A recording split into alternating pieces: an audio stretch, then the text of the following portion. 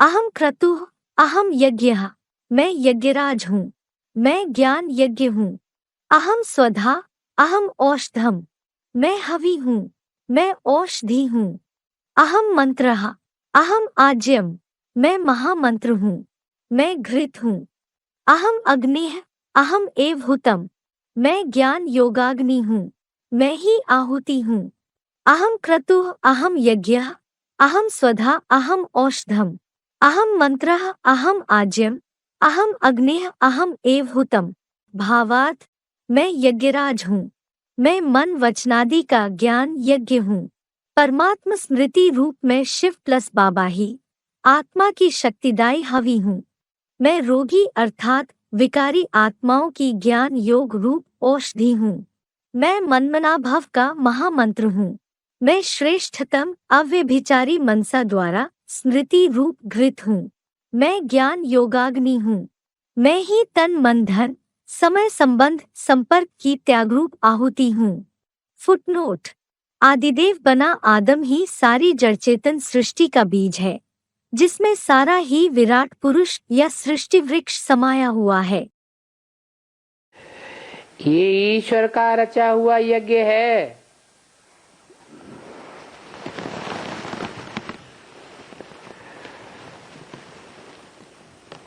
तो ईश्वरीय प्रसाद मिलता रहता है। और ये प्रसाद इतना महत्वपूर्ण है जो जन्म जन्मांतर के लिए हो जाता है। प्रसाद प्रसन्नता को कहा जाता है।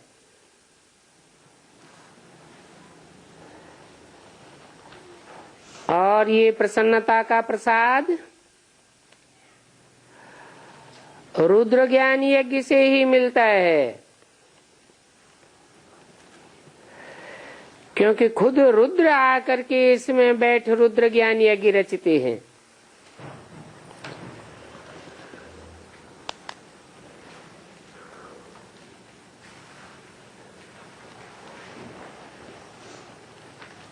आकर के रुद्र ज्ञान यज्ञ रचते हैं। कहाँ से आते हैं? परमधाम से तो। और रुद्र नहीं आता है, क्योंकि रुद्र तो रौद्र रूप धारण करने वाले को कहा जाता है। परमधाम से तो शिव आता है, जिसकी बिंदी का ही नाम शिव है।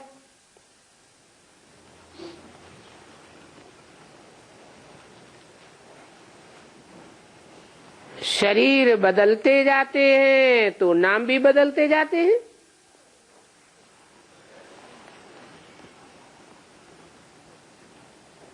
शिव तो कल्याणकारी है, और रौद्र रूप क्यों धारण करता है?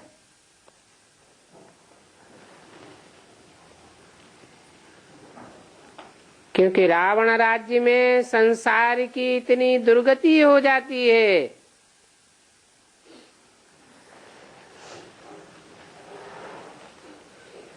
कि रुद्रावतार गाया हुआ है। इसलिए वो शिव जब शरीर बदलते हैं तो नाम बदल जाता है।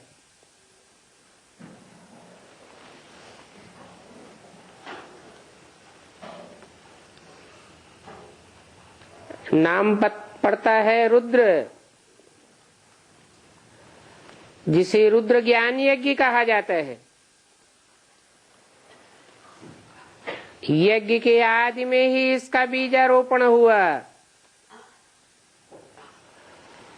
और आदि में भी बीज रूप स्टेज धारण करके और रौद्र रूप भी धारण किया।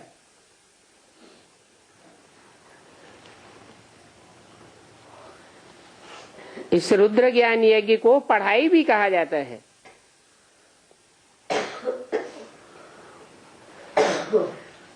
तो रुद्र शिव बाबा ही है। जो ज्ञान का सागर है उसने ही ये यज्ञ रचा है।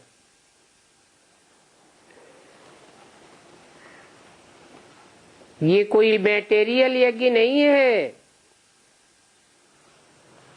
ज्ञान यज्ञ है। ज्ञान देने के लिए रचा है। रुद्र माने रौद्र रूप धारण किया जाए।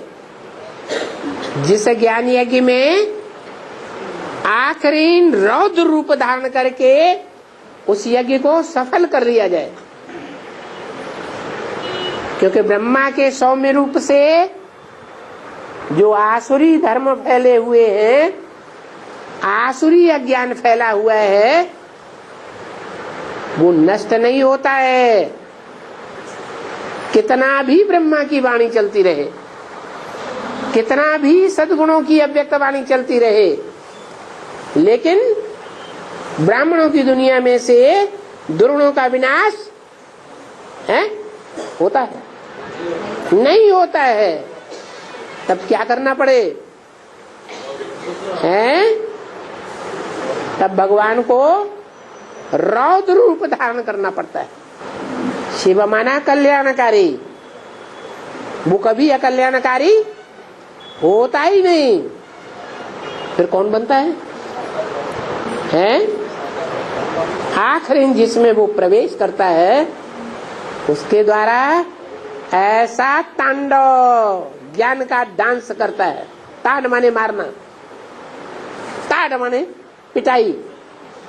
ऐसा ज्ञान का डांस करता है पिटाई का कि सच्चे सच्चे और अच्छे अच्छे जो अपन को गुंडा समझते हैं वो सब सुधर जाते हैं।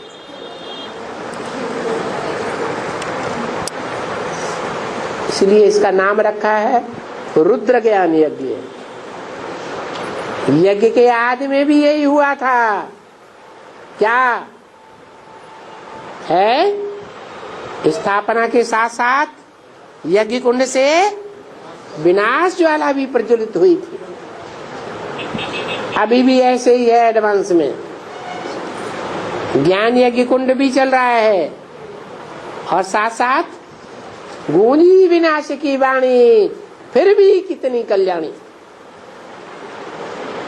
किसी की पिटाई वाला डांस हो रहा हो तो जिसकी पिटाई होगी वो परेशान होगा, या जिसकी पिटाई नहीं हो रही है वो परेशान होगा? है? ज्ञान डांस एक ही है एडवांस का। लेकिन ब्राह्मणों का कोई वर्ग बहुत उछलता है उसे सुन करके, बहुत विरोध करता है, और कोई बड़े मजे में बड़े वाह वाह करते। क्या होगा जब विनाश होगा? तब क्या होगा?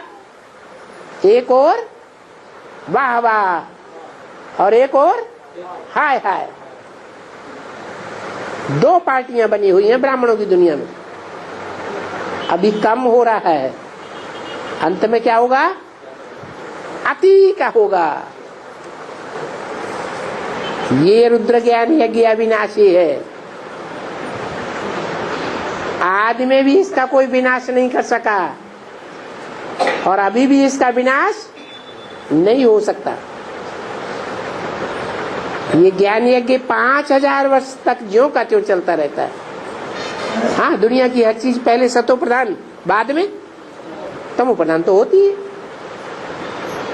लेकिन सत्य का विनाश नहीं होता। तो बाप कहते हैं वो विनाशी सर्जन तो अविनाशी दवाई नहीं कर सकते। सभी बेचारे जन्म जन्मांतर के बीमार हैं।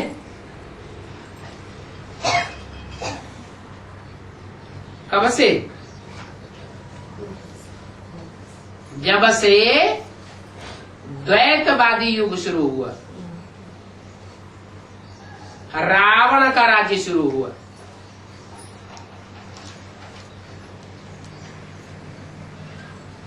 एक परिवार हो और एक परिवार में दो मुखिया हो, तो बाल बच्चों की और पत्नी की हालत क्या होगी? हालत खराब हो जाएगी या अच्छी हालत होगी?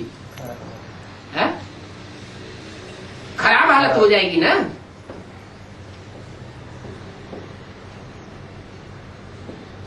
तो जब से रावण का राज्य शुरू हुआ, रावण का एक सिर नहीं होता है, कितने होते हैं? 10 सिर। 10 सिर इकट्ठे आए या एक के बाद एक बढ़ते चले गए। पहला सिर कौन सा आया?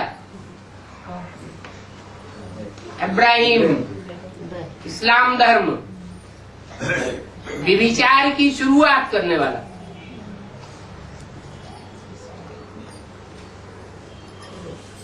जैसे कि रावण आ गया,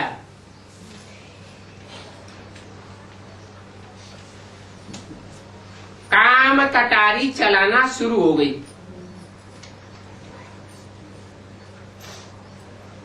एक दो को दुख दिया है ना, तब से बीमार हुए हैं।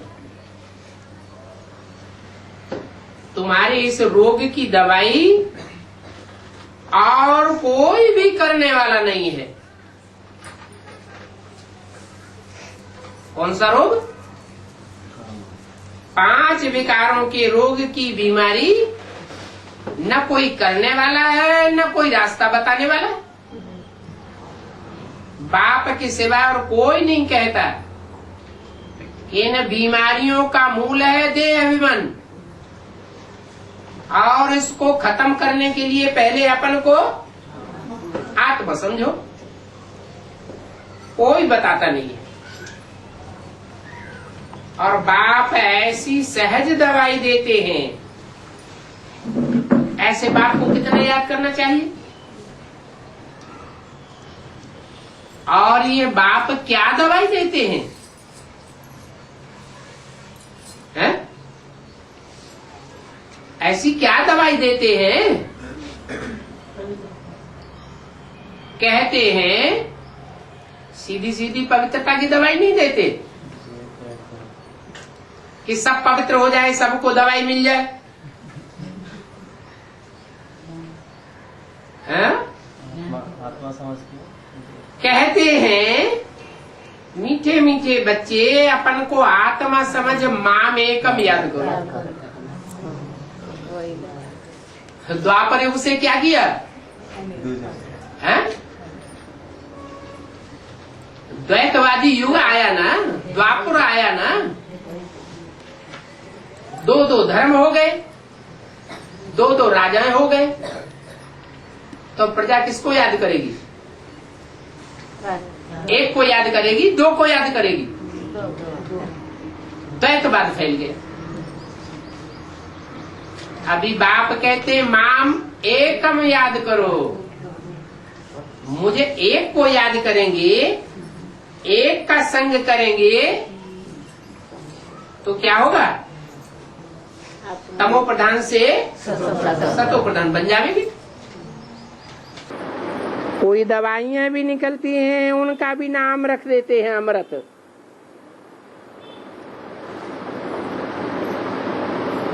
कौन सी दवाई? अमृत धारा। लाहौर में एक ने निकाली थी, बोला इस अमृत से सभी दुख दूर होते हैं, सभी बीमारियां नष्ट होती हैं। परंतु नहीं, उस अमृत धारा की बात नहीं है, काहे की बात है? ये तो बाप जो आकर के ब्रह्मा मुख से सुनाते हैं, ब्रह्मा मुख से जो वेदवाणी निकलती है,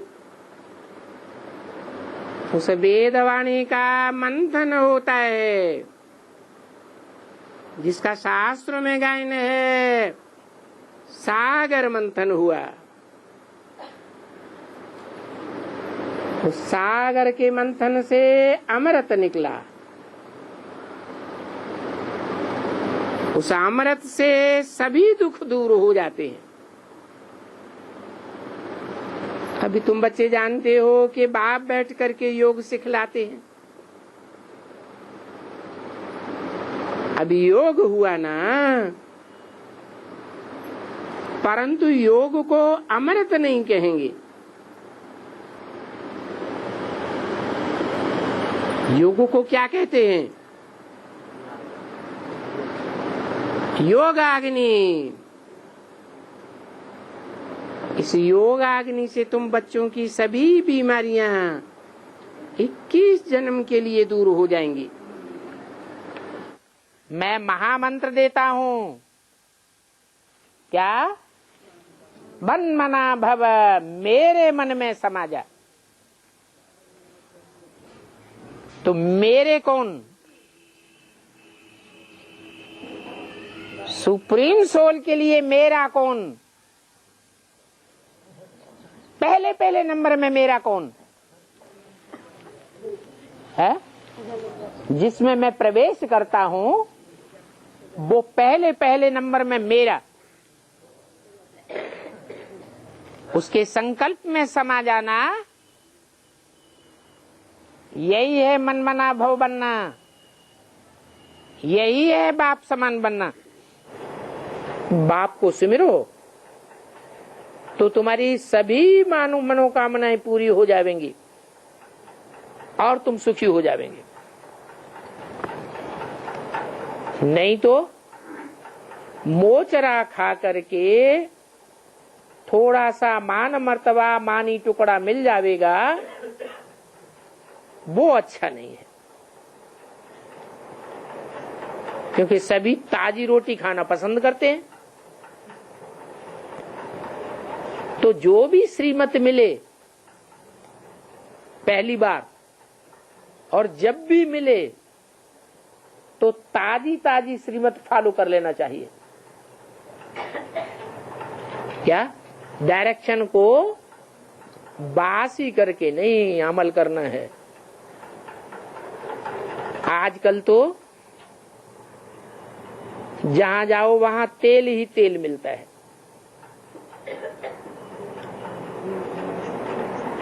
घी में तो खुशबू होती है और वहां नई दुनिया में तो घी की नदियां बहेंगी। क्या? घी की नदियां बहेंगी, तेल का नाम निशान नहीं होगा। खुशबू ही खुशबू होंगी।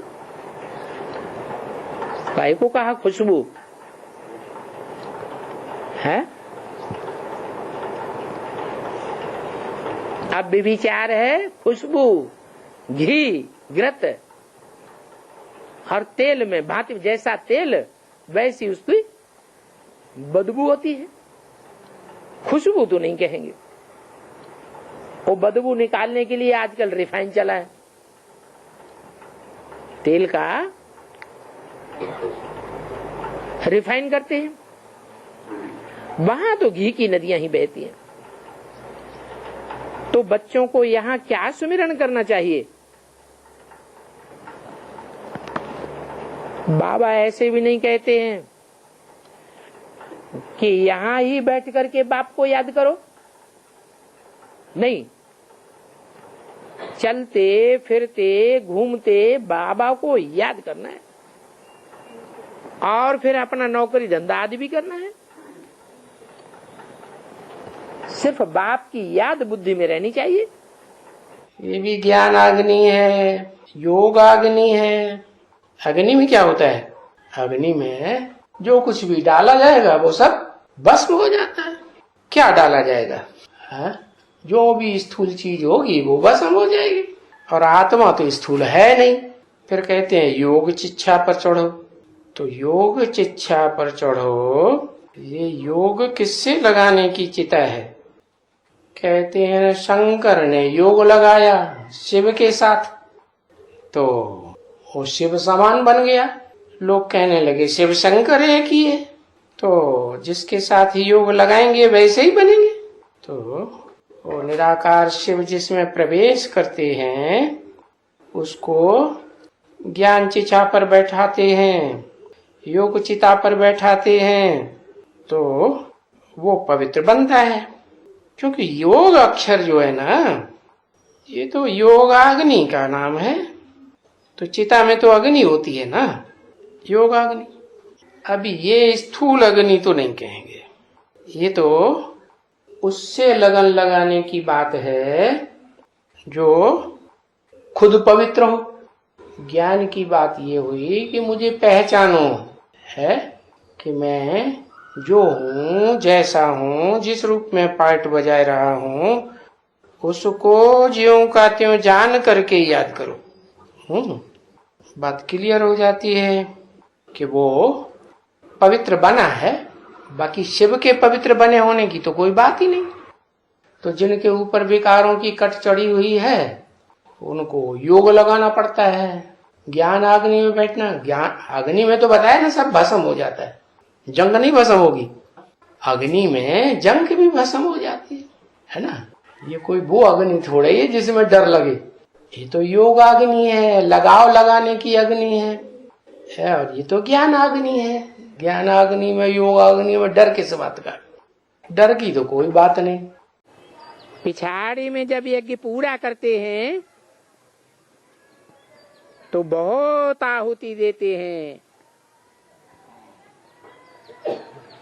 आदि में तो अपने तन मन धन की थोड़ों ने आहुति दी थी। जब पिछाड़ी होगी तो बहुत निकलेंगे जो तन मन धन समय संपर्क और संबंधियों की आहुति देंगे। यज्ञ में दिखाते हैं जब यज्ञ पूरा होता है तो अंत में जो भी बचा होगा पिछाड़ी में वो सब डाल देते हैं।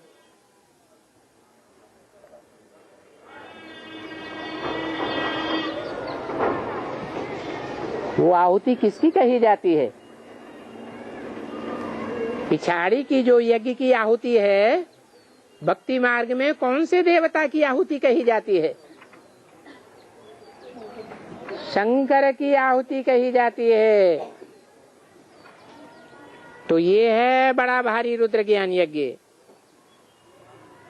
इसमें जो भी मनुष्य मात्र हैं वो सब आहुति हो जाते हैं, सब खलास हो जाते हैं। तो ये पुरानी दुनिया की आहुति हो जाती है। 9 कुर्मियों के ब्राह्मण पैदा होते हैं, सब नंबरवार पुरुषार्थी। तो उसमें अव्वल नंबर का जो ब्राह्मण है, जिसे ब्राह्मण चोटी कहा, जो यज्ञ के आदि में भी होता है, जिसके लिए मुरली में भी बोला कि मैं आता हूं, तो सारी दुनिया विकारों के कीचड़ में धस जाती है। क्या सारी दुनिया में जलमयी हो जाती है ना? तो जलमयी में मिट्टी मिलेगी कि नहीं है? कीचड़ बन जाती है। तो उस कीचड़ में, देह अभिमान की मिट्टी में सारी दुनिया डूब जाती है। सिर्फ एक चोटी बचती है, उसको कहा ब्राह्मण चोटी। वो चोटी पकड़ के खींचता है, माने वही आदम, क्या एडम की आत्मा उसको पकड़ लेता है। और उसके खींचने से वो सारा विराट पुरुष जो दिखाया है, उस विराट पुरुष में सारी दुनिया मौजूद है। वो बीज है ना सारी सृष्टि का। तो वो हुआ पहले नंबर का धर्म स्थापक। कब? पहले नंबर का धर्म स्थापक है